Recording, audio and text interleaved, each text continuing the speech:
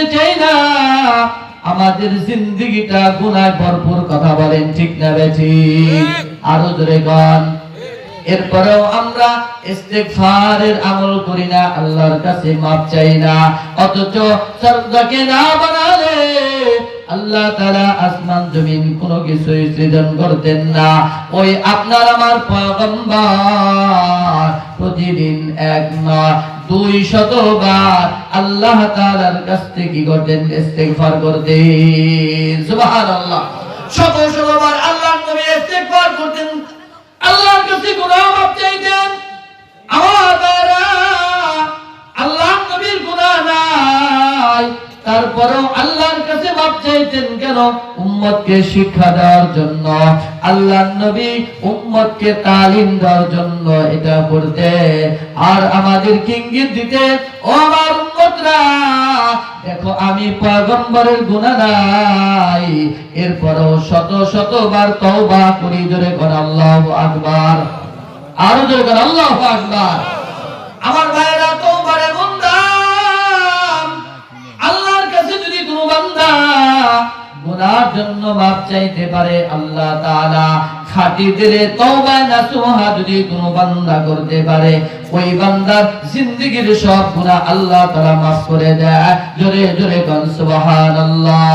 যত বড় অপরাধ হোক না কেন, যত বড় তার অপরাধ হোক না কেন, তার অপরাধটা যে পরিমাণ হোক না কেন, যদি কোনো বান্দার অপরাধ যদি কি হয়, যদি পুকুর বরাবর হয়, আল্লাহ তাআলার রহমত তাদের হলো সাগরের সমান। জোরে কোন সুবহানাল্লাহ।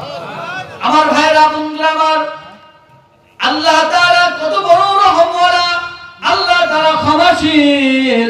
এজন্য আল্লাহ তাআলা বলেন, ইন্নাহু কানা গফফারা। নিশ্চয় আল্লাহ তাআলা ক্ষমাশীল। কেমন ক্ষমাশীল? ও বন্ধুরা আমার, ছোট্ট একটি ওয়াকিয়ার মাধ্যমে আপনাদেরকে বোঝাইতে চাই। একজন আল্লাহ তাআলার গোলাম, যার পেশা ছিল চুরি করা। ধরে কর নাউযুবিল্লাহ। সাধারণ কোন চোর নাই, ও বন্ধুরা আমার, সাধারণ কোন চোর নয়। যার অভ্যাস ছিল, যার আদত ছিল, কবরস্থানে যেই মাইয়াতদেরকে কবরস্থ করা হয়, তাদের শরীর থেকে কাফনের কাপড় চুরি করে সে কি করা, এই কাপড়গুলো নিয়ে এসে বাজারে বিক্রি করত, সংসার চালাতো। জোরে কোন নাউযুবিল্লাহ। আরো জোরে বলুন নাউযুবিল্লাহ। সাধারণ কোন চোর নয়, মাইয়েতের শরীর থেকে কাফনের কাপড় তিনি চুরি করত। আমার ভাইরা, বন্ধুরা আমার, একদিন তিনি এই চোরের অনেক দিন হয়ে যায়, একদিন ওই গ্রামের একজন সুন্দরী রমণীর ইন্তিকাল হয়ে গেল। মহিলাদেরকে 5টা কাপড় দেওয়া সুন্নত। জোরে কোন ঠিক না বেঠিক? পুরুষদেরকে 3টা আর মহিলাদেরকে 5টা। একজন মহিলা যখন মারা যায়, তার শরীর থেকে কাফনের কাপড় যখন ওই বান্দা কি করলো, নিয়ে আসলো, এমন সময় শয়তান তাকে ধোঁকা দিতে থাকলো। তার সামনে এসে শয়তান বলতে থাকলো, ও যুবক, তুমি যার শরীর থেকে কাফন খুলায় আল্লাহ, ও যুবক, একটা বার তুমি তাকায় দেখলা না এই মহিলাটা কত সুন্দর? ইচ্ছা করলে তুমি তার সাথে তোমার কামনা বাসনা পূরণ করতে পারো। জোরে জোরে কোন নাউযুবিল্লাহ। এই কথা শুনিয়া যখন শয়তান আমার মেজাজের মধ্যে, দিমাগের মধ্যে এই পরামর্শ দিল, আমার ভাইয়েরা, তখন আমি আর ঠিক থাকতে পারলাম না। ওই রমণীর সাথে, ওই মহিলার সাথে আমি জিনায় লিপ্ত হয়ে গেলাম। তার সাথে আমি আমার কামনা বাসনা পূরণ করলাম। ঠিক এমন সময় কবর থেকে নিচ থেকে আল্লাহর বান্দি বলে, ও দুশমন কোথাকার, আমি একজন পবিত্র মহিলা, তুমি আমাকে নাপাক করে ফেললা ময়দানে মাশারে আল্লাহ তাআলার দরবারে। ও যুবক, কি জবাব দিবা? এই কথা যখন আমার কানে ভেসে উঠছে, আমি আর ঠিক থাকতে পারি না, আমি আমার ঠিক থাকতে পারি নাই। এমন একটা দৌড় মারছি, আমি বাড়িতে আসছি এবং আল্লাহ তাআলার দরবারে আমি কান্না শুরু করে দিয়েছি। একদিন প্রতিমধ্যে আমি কান্না করতেছি, এমন সময় ওই রাস্তা দিয়ে হযরতে ওমর ইবনুল খাত্তাব রাদিয়াল্লাহু তাআলা আনহু হেঁটে চলে যা। জোরে কোন সুবহানাল্লাহ। ওই রাস্তা দিয়ে আল্লাহর নবীর সাহাবী ওমর চলে যা। ওমর আমার কান্না দেখিয়া ওমর সামনে এসে বলে, যুবক কেন কান্না করো? এবার ওই যুবক বলে, ও ওমর, তোমার কাছে বলে লাভ নাই, তোমার কাছে বললে আমার এই সমস্যার সমাধান হবে না, অতএব তুমি চলে যাও। এবার হযরত ওমর বলে, যুবক কি হয়েছে তোমার? খানা লাগবে খানা দিব, ঘর লাগলে ঘর দিব। ও যুবক বল তোমার সমস্যা কি? এবার যখন যুবকটা তার সম্পূর্ণ ঘটনা তার কাছে তুলে ধরল, এবার ওমর বলে, দূর হয়ে যাও, এমন গুনাহ আল্লাহ তাআলা মাফ করবেন না, এমন গুনাহ তো মাফ করতে পারে না। তবে তোমাকে একটা পরামর্শ দেই, তুমি আল্লাহর নবীর সাহাবী হযরত আবু বকরের কাছে যাই। চলো না যাই, আমরা আবু বকরের কাছে চলে যাই, দেখি আবু বকর আমাদের ব্যাপারে কি সিদ্ধান্ত নেয়। চিল্লায় কোন সুবহানাল্লাহ। হযরত ওমরকে নিয়ে যখন সিদ্দিক আকবরের কাছে চলে যান, এবার সিদ্দিক আকবর এই কথা শুনিয়া বলে, ও যুবক, তাড়াতাড়ি আমার দরজা থেকে তুমি বের হয়ে যাও, তুমি এমন মুজরিম, এমন পাপী, তোমার এই পাপ আল্লাহ তাআলা মাফ করবেন না। চিল্লায়া বলেন নাউজুবিল্লাহ। আরো জোরে বলেন নাউজুবিল্লাহ। হযরতে ওমর রাদিয়াল্লাহু তাআলা আনহু আবু বকরের দরজা থেকে ফিরে আসলেন ওই যুবককে নিয়ে।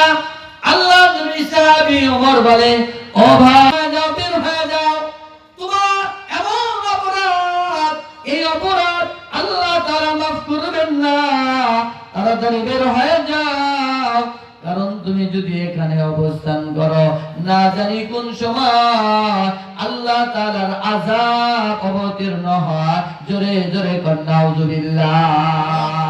এইবারে যুবক আল্লাহর নবীর দরবার থেকে নৈরাশ হয়ে ফিরাইলেন।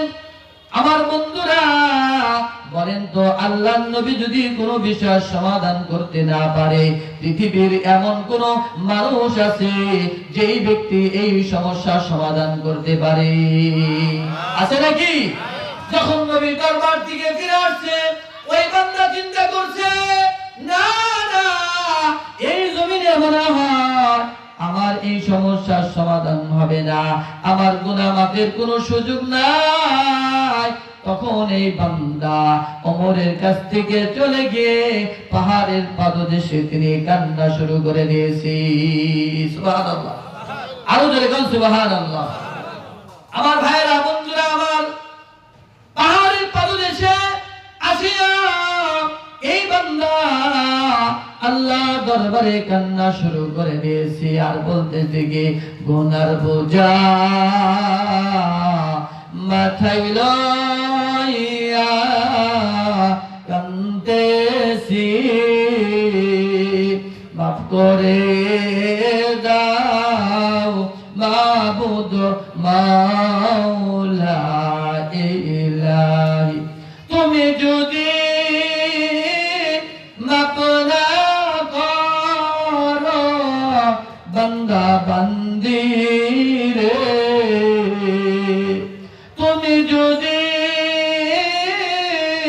মাফ না করো বান্দা রে, বলো তোমার বান্দা যাবে বলো কারদারি। এইভাবে আল্লাহর যুবক, আল্লাহর বান্দা যুবক চোখের পানি ছেড়ে আল্লাহর দরবারে কান্না শুরু করে দিয়েছে। আমার ভাইরা, বন্ধুরা আমার, আল্লাহ তাআলা এত দয়ালু, আল্লাহ তাআলা এত ক্ষমাশীল। বান্দা যদি খাঁটি দিলে আল্লাহর দরবারে তওবা করে, আল্লাহ তাআলা বান্দাকে তার চোখের পানিটা নাকের ডগায় আসার আগে আল্লাহ তাআলা তার জিন্দেগীর সব গুনাহগুলো মাফ করে দেয়। সুবহানাল্লাহ। আর জোরে বলুন সুবহানাল্লাহ। আমার ভাইরা বন্ধুরা, আমার বান্দার কান্নার কারণে আল্লাহ তাআলা বান্দার গুনাহ মাফ করে দেয়। আল্লাহ তাআলা জিবরাইলকে তার পয়গম্বরের কাছে পাঠায় দেয়।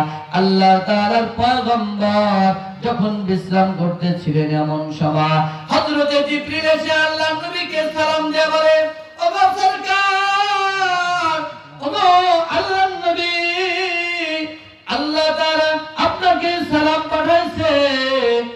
আর আল্লাহ তাআলা আপনাকে জিজ্ঞাসা করেছে আসমান এবং জমিনের মালিক কি? আল্লাহর নবী বলেন, ও জিবরাইল, আসমানের মালিক আল্লাহ, জমিনের মালিক আল্লাহ।